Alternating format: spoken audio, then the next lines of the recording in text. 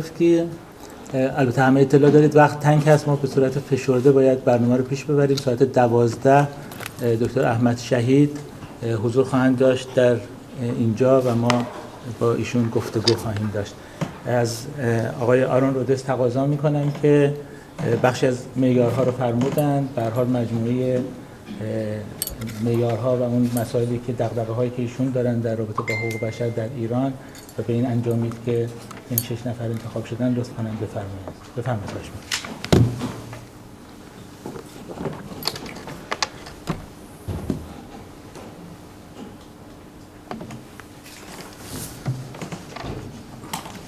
Thank you very much, and I think something should be said about all the work you are doing. You and Shole are really doing something fantastic, I think, here in Geneva to organize these briefings, which are keeping this question of human rights in Iran very much present during meetings of the Human Rights Council.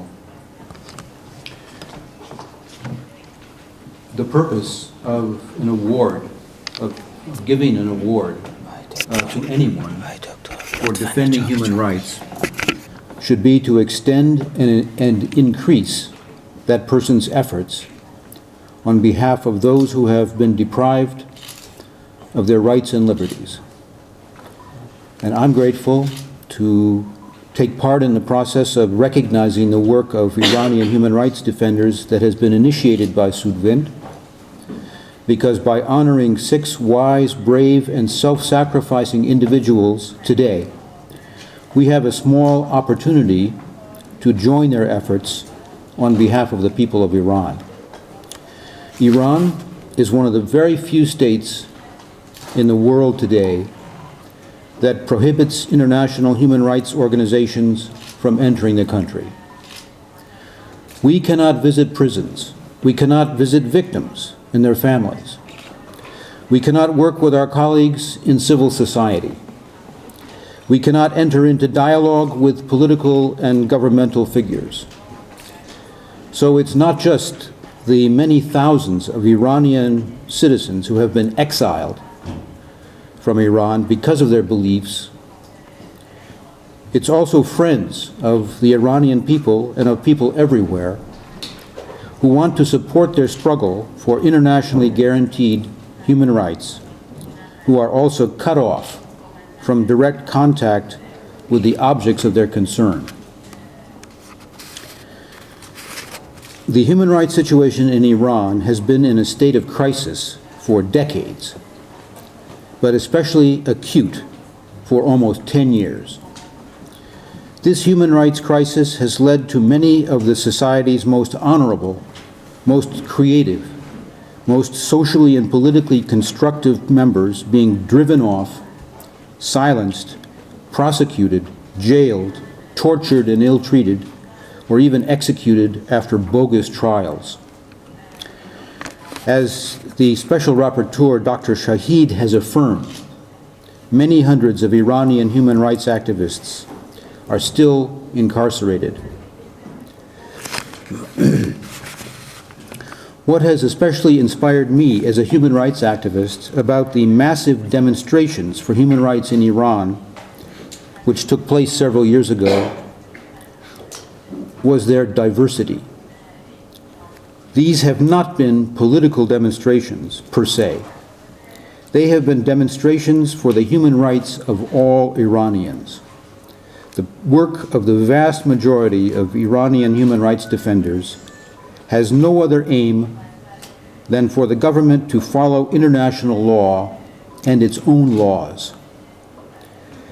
And I should say that unfortunately the human rights situation in the world has gotten worse since those dramatic demonstrations which took place several years ago.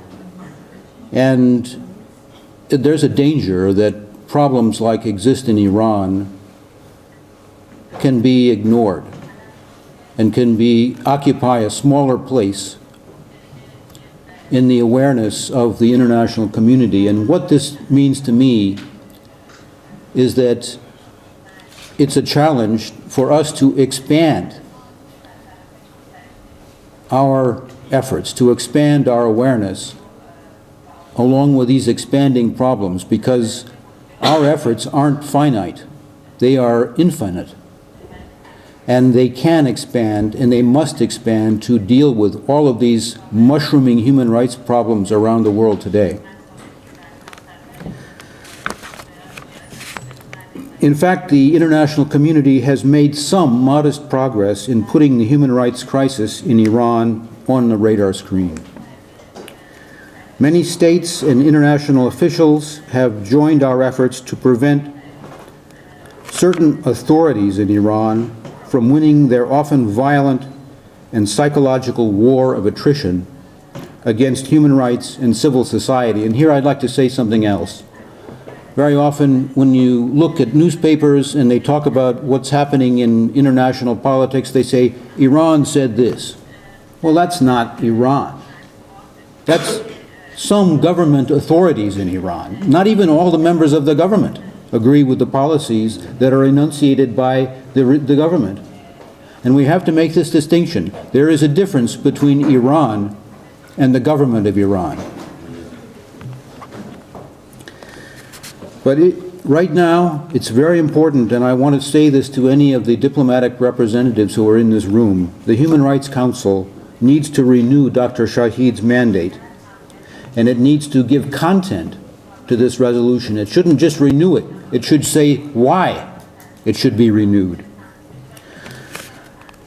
So I would just like to, in closing, extend my congratulations and express my deep respect for all who are being honored today. Thank you.